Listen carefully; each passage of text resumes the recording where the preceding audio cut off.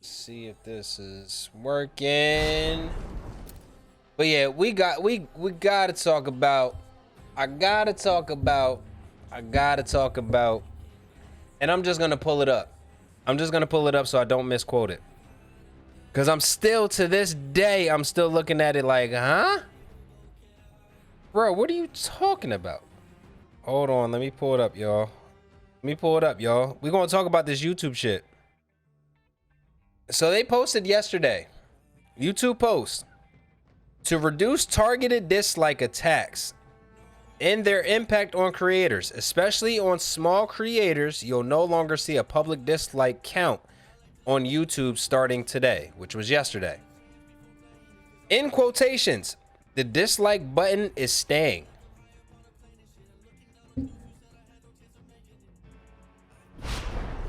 Somebody make that make sense for me, please. So you take away the public dislike, but the dislike button is still there. What are you taking away? With the smaller creators like myself, now we're in the day of age of social media, right? And we know as a collective how crazy social media can be. We know this, right? Social media is a dangerous place. Social media never lets up at all. Social media is not going anywhere no time soon. So I look at it like this. YouTube as a big platform knows this. At least they should know this. If they don't, they're delusional to what's going on in the world, realistically.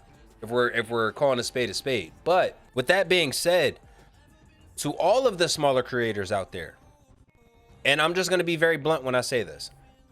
If you do not have the skin to deal with backlash as far as like dislikes, people, you know, hating, quote unquote, hating you, not liking the content that you make, exit stage left and find something else to do. Because there's creators out there like me, smaller creator like myself, who doesn't care about stuff like that and is going to push through it to become a successful content creator. Now, don't get me wrong. I like the direction YouTube was trying to go into, but the dislike button was not it. And then trying to put the dislike button with mental health, I get it, but it's to a certain extent, because at the end of the day, like I said, we are in the day and age of social media. We know how hectic social media can be. If you don't have the stomach to be able to deal with social media, period, and people hating you and not, you know, agreeing with you, not, you know, having an opinion on anything, exit stage left. This isn't the field for you. It's just not. It's staying, but you as a creator are the only person that can see it. I learned that today when I watched the video. And you, exactly my point. Like, you can't sit there and say we're removing it, but you don't remove it. That doesn't make any sense to me. It sounds like a contradiction. That's why I said, somebody make that make sense to me. You say you're removing something, but you do not remove it, which also leads me to believe that there is some sort of like-dislike ratio that does affect creators, but they don't say that though. You know what I mean? Like, YouTube has never came out and said, oh, the like and dislike ratio on your videos will dictate this on your channel. They've never said that. So with this being said, I'm looking at it in that regard, because if that's the case, then yeah, I do see a like-dislike being a problem. And I do see where they would be coming from, but they didn't come out and say that though. So now me, as someone like myself, who's trying to understand like what's like being said within that, like what is cryptid within that, I'm trying to understand it. You know what I mean? Like, I'm really trying to understand. So therefore I can say, oh, okay, that doesn't apply to a creator like myself, or that doesn't apply to this person. That doesn't apply to that person. This is the core people. But you're saying small creators as a whole. You know what I mean? So I'm like, oh, yeah, I'm a small content creator now. So let's now mind you, again, I've never been the one to care about a like, well, the dislike. I don't care. I know that comes with it. It's the same thing with social media. You know, I'm pretty sure if Instagram had a dislike button, I'm pretty sure if Facebook had a dislike button, you know, all these other platforms, you know what I mean? TikTok. I wonder, like, if all these other places had the dislike button, it's a lot of people are gonna dislike certain stuff, man. It's just gonna happen. Everything isn't for everybody. They never publicly say it, laugh out loud, but like you just said, anybody with the right sense of capability can read between the lines. Exactly my point. And that's what I'm saying. Like, I get it. Like, certain people that are, you know what I mean, who really don't understand like YouTube and analytics and stuff like that. And mind you, I'm still learning to this day. Like, I'm literally still learning what's going on out here. But I have common sense to know, oh shit, if I post more, I'm gonna get viewed more. If I do this, this is gonna happen for me. Oh, this doesn't affect me because I'm not focused on that. You get what I'm saying? Like, it's like a dislike button is not gonna dictate the next content I drop on my channel. It's just not. Now, like I said, that's just me. There are other sensitive people in the world, and I completely understand that. There's sensitive people out there in the world that feel some kind of way every time they get a dislike. And they get confused and they start blaming everybody else. But that's the problem. I feel like a lot of these smaller content creators, and this is me being like 110% transparent with you guys when I say this, and it is what it is when I say it. Again, I'm gonna be blunt when I say it. I feel like a lot of these content creators, right? I feel like they try to copy what other people do as far as like other bigger creators. They try to copy what they do. And mind you, I've been there. I've done it. I've seen, you know, certain content creators in the past on my older videos, and I tried to emulate the same things that they did, and look where it got me. It didn't work out. So I had to go on to the next thing to figure it out. But I feel like a lot of these smaller content creators, when they're starting out, they see that and they just get stuck right there. They don't see an end game with anything. They don't, you know, they don't say, okay, this isn't working for me. What can I do now that I know will work? Or what will I try next to see if it'll work? A lot of people don't like taking chances on themselves. And I feel like that's the problem. I don't think the dislike button is the problem. I think that's the core problem. The dislike button does have some sort of a contribution to it, but it's not the main thing. It's not. It's mental. It's all mental. So I feel like because YouTube knows that that's a mental thing, now you try to throw mental health in there. I'm one of those people, you can't talk mental health to me when it comes to certain things. I'm sorry, you can't. You just can't. Because some things are common sense. I have it tattooed on my side. You can't contradict the obvious. Because that's a fact. That is just a fact. You know what I mean? Like, if you can't handle the fire, get out the kitchen. If you can't handle a dislike button, what makes you think anybody else is gonna, like, if you don't believe in yourself because you're allowing a dislike button to get the better of you, where do you think you're gonna go? And let's be honest about that. But I don't know. Like I said, I want to do more research on that in particular, so I'm not taking that out of context. Because when I read it, I literally sat there and was just like, huh? What sense does that make? Like, what sense does it really make? Well, you weren't staging pranks and hitting markers on the floor, laugh out loud, rehearse the script a few times. Yeah, I don't do that. Like, I'm authentic. Like, and that's just me. Again, that's just me. I can't speak for anybody else because they may feel differently than I do. Some people might agree with what I'm saying or may even feel the same way that I do. But I'm going to use my platform to speak on that. And I'm going to be blunt about it. A lot of people in this world, especially a lot of these new up and coming content creators like myself, because like I said, I'm still in the small content creator category, if you want to put it as that, right? If I'm going to be the voice and letting people know, yo, if you allow this to get to you, you need to go. This isn't for you. Stay in the lane that you're good at. And that's where a lot of these people have a problem at. They're trying to figure it out, but they always meet this roadblock. And I was there at one point in time. So don't think I'm just bashing people because I'm not. I was there. So let me be a walking testament of it. You feel what I'm saying? Like, a lot of these people, but to each his own at the end of the day. Now, that's facts, bro. That is facts. To each his own at the end of the day. But like I said, at the end of the day, if a dislike button, if somebody not liking what you do allows you to dictate what you do, then you need to just find something else to do. Like, seriously, you just need to find something else to do. And I'm pretty sure if you do decide to find something else to do, people are going to hate you for doing that too. Prime example. Look at me. I've done music for years. I've done music for years prior to me doing YouTube. I started stepping away from music, so I said I needed to find something different to do. And I you know what I mean? I started YouTube, started getting content out there, you know, started doing certain things. A lot of people didn't like the stuff that I've done, and that's okay. Everything isn't for everybody. But again, the example, I started stepping back into music, even with the battle shit.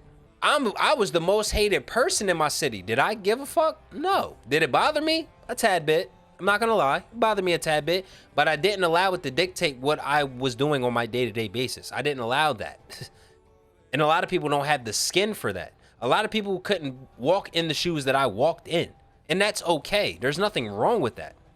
I wouldn't want anybody to walk in my shoes. Walk in your own.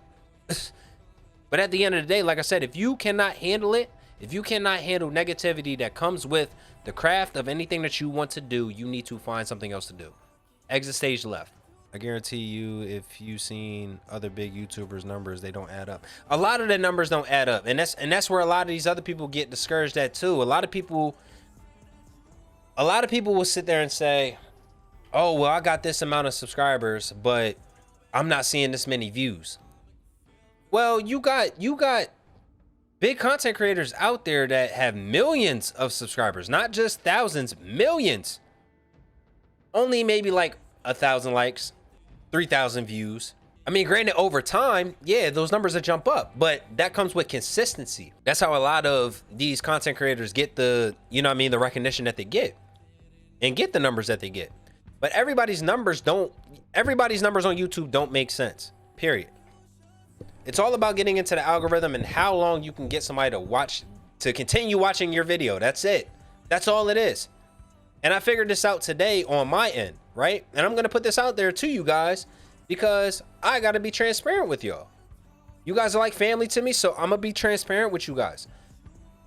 The amount of people that watch my videos, they literally only watch my videos for the duration of an average of, I'll say, 3 to 4 minutes.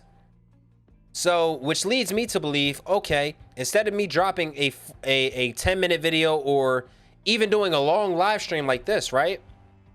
This leads me to now be like, okay, why not find shorter content to drop? Because people are paying attention to the shorter videos. I can hold somebody's attention for 3 to 4 minutes, right?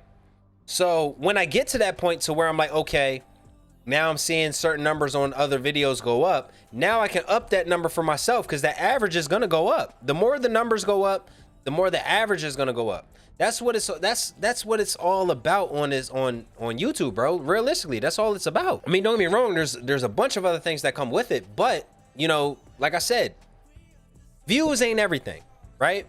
Views are not everything. First and foremost, you need to get into the algorithm. That's the first thing you need to do. You need to figure out the algorithm. I'm still trying to figure it out. Like I said, it took me today to figure out, okay, I can hold somebody's attention for this long. What type of content can I do within these 3 minutes that is going to hold somebody's attention? And this isn't just on one video. This is on all of my content on my channel. My average view duration, literally, surprisingly, with all the live streams that I've had within this year already, my average view duration is 3 minutes and 18 seconds to be exact. Now, I'm almost positive that changes, you know, every 48 hours. I'm pretty sure of it. So I know I'll end up seeing a different number, you know, probably tomorrow. I'll probably end up seeing a different number.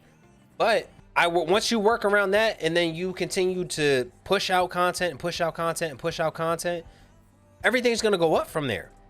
You dig what I'm saying? Like, that's what happened with me. The thing with me was because YouTube was so different and because I was doing things differently than what people were accustomed to, they didn't look at it as if, oh, this isn't anything I want to see. Again, it goes back to the video that I did when I said a lot of people that are subscribed to my channel only want to see controversy, for one. So something like this, even if I clip this whole segment right here and I make a video out of it, which I probably will 9 times out of 10, but me clipping this whole part, right?